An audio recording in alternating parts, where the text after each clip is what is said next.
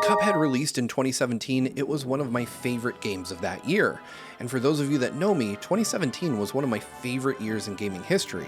After all, it's the year we got the Nintendo Switch, Breath of the Wild, Super Mario Odyssey, Sonic Mania, and a bunch of other classics, just to name a few. So when Studio MDHR announced in 2019 that they were crafting DLC called The Delicious Last Course, I was unreasonably excited. Fast forward 3 years, and it's finally here. And fortunately, I've had the chance to play it. So the question I have to pose to you is, was it worth the wait, and is it worth it for you to pick up? Fortunately, I have the answers to all of those questions. Let's start off with what it actually is. For those of you that don't know, Cuphead, which again came out in 2017, is a run and gun type of game. It's a shooter essentially, but it's done in a very classic 1930s art style. And that is reproduced down to the techniques. So it's not just like computer aided visuals utilizing a art style from bygone era. It's actually hand-drawn graphics that are made with meticulous attention to detail. It's a fantastic result. The game just looks and feels like you're playing a very old cartoon, even if it's in modern HD and widescreen. Even the audio is kind of lo-fi, and it's got a film grain filter over it to make it feel like you're watching an old film reel. It's a beautiful game that I recommend you check out. But we're not here to talk about the base game itself, at least not in its entirety. What we're here to talk about is specifically the Delicious Last Course and whether or not it's good enough for you to spend your money on. The Delicious Last Course adds one new island and one new character for you to play. For those of you that don't know, the new character is Miss Chalice, who is in the original game but isn't playable. She actually is kind of a ghost, and she helps Cuphead and Mugman out through various shrines that are basically parry challenges. And I'll talk a little bit more about mechanically what a parry is in the context of Cuphead here in a moment. But what happens is you're given a charm, without going into spoiler territory, you're given a charm when you arrive on the fourth island of the game, which is new and added by the DLC. The base game contained 3 islands, so essentially for a third of the price of the game, you're getting a third content added. So 1 island is added, and there are some significant differences between that 4th island and the ones that you ship in the regular game. In the original 3 islands in Cuphead, you had 2 different types of stages. Well, 3 technically, but you had your boss fights, which is what Cuphead is really well known for, having some actually very challenging boss fights that can be quite difficult, especially if you're trying to do a no damage run. On top of those, there were also what are called run and gun stages, which are more akin to traditional platforming stages, but you do have the ability to use Cuphead and Mugman's signature finger shot to be able to kill enemies, so you don't jump on them or anything like that. Now, on the 4th island, unfortunately there are 0 run and gun stages, but what that does mean is that you get more fantastic boss fights. And I do mean it when I say that the boss fights in Cuphead are the real attraction. So they're kind of the main thing that people go for, and it feels like Studio MDHR realized that that was what people really loved about the game because of the absence of run and gun stages within the DLC island.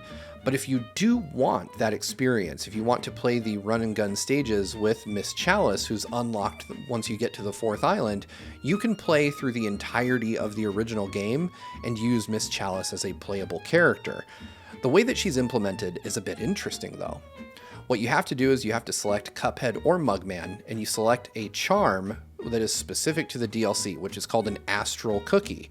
And what the Astral Cookie does is it allows either Cuphead or Mugman to take Miss Chalice's place as a ghost, rendering them temporarily unable to be a playable character and continuing to limit the number of active playable characters to 2 at any given time. You may notice that I mentioned that there's 2 playable characters, so if you're not familiar with Cuphead, the whole game is playable in co-op, although that is couch co-op, meaning that you can't play online with your friends unless you're using something like Steam's Remote Play Together feature, which does work, and I tested in the DLC. One of my friends connected with me remotely and played through it for the purposes of review. And it worked flawlessly. So if you have Steam and you're able to do that, I would give it a shot. I know that PlayStation has a similar feature, but I haven't tested the game on PlayStation, so I can't tell you how well that would work or if it works at all. With the description out of the way, let's talk about Miss Chalice and how she differs in gameplay from Cuphead and Mugman, who both play kind of similarly. Miss Chalice actually has a few unique moves that she can use that are unavailable to both Cuphead and Mugman, and they make a dramatic difference in how the game plays. The first one is that Miss Chalice uses a dash to parry rather than a double jump. What that means in practice is that it is much easier to time parries for her because you don't need to have a frame perfect button press.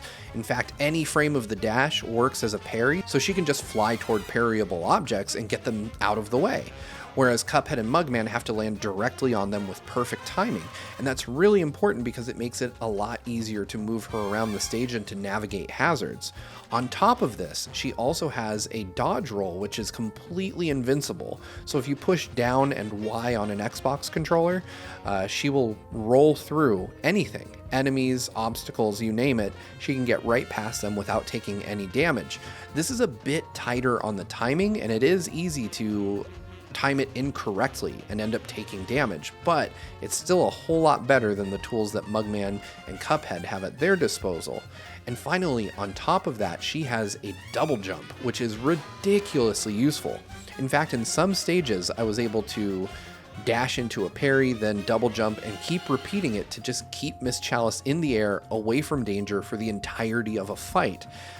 In fact, there is actually an entire subsection of fights that rely entirely on parrying for you to win, and with Miss Chalice, these challenges are actually pretty easy, whereas with Cuphead and Mugman, they can be very daunting.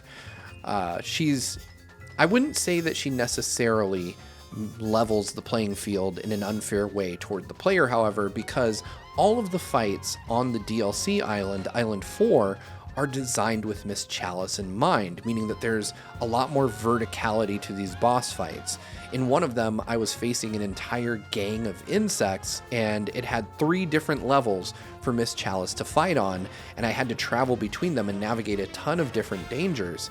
And it was a thrilling boss fight that I couldn't get enough of, and even with Miss Chalice, it was legitimately extremely difficult. In fact, it actually took me quite a while to get my legs back under me and to just remember how frenetic and chaotic the action in Cuphead can be, and I absolutely love it for that because it is at its core the type of game that never actually feels unfair. It can be frustrating, it can make you angry, but it never feels unfair. It just feels like you haven't fully read the patterns of the bosses that you're up against. And as you travel through the island, you'll face nothing but bosses like these, and each one of them is memorable and interesting in their own way. The story of this, while I won't go into spoilers, is that Miss Chalice has been given a shot at life again. She has a recipe in hand that will supposedly help her come back to life without having to swap place with either Cuphead or Mugman and return her to her corporeal form permanently. To do that, she has to collect ingredients. And of course, in true Cuphead fashion, these ingredients are held by bosses that desperately don't want to give them up to you. So rather than souls for the devil this time, you're chasing down ingredients for a baker who will help you.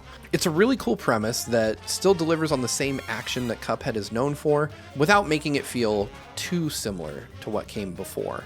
All in all, the DLC took me about 3.5 hours to complete. And to be frank, a lot of that was spent just dying and repeating and figuring out how bosses worked. Now that I'm familiar with it, I'm confident that I could complete the DLC in a little bit under an hour.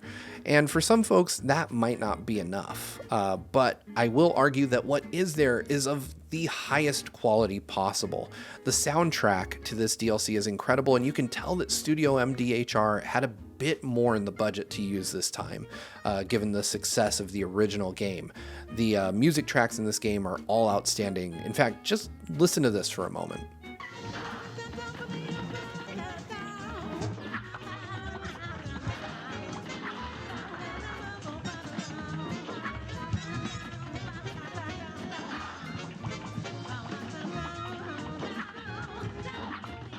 This music only gets better from here. It's incredible to hear the tunes that they put into this game. In fact, that spider boss that I mentioned earlier does some really fun stuff with the actual pacing of the music and visuals on screen that lead you to believe that the music is actually being played from within the game, in the universe of the game, and not just a track that backs a video game. It's really cool the way they play with the audio in some of these, and there's a lot more vocal tracks in this DLC than there were in the original game. At least that's how I remember it. It's been a while since I went back to the original game and played it because it is tough as nails, and like I said, I was extremely rusty when I started. However, once I got the hang of it, I could not put this down. I played through all of the DLC in a single sitting, and I would gladly do so multiple times over again.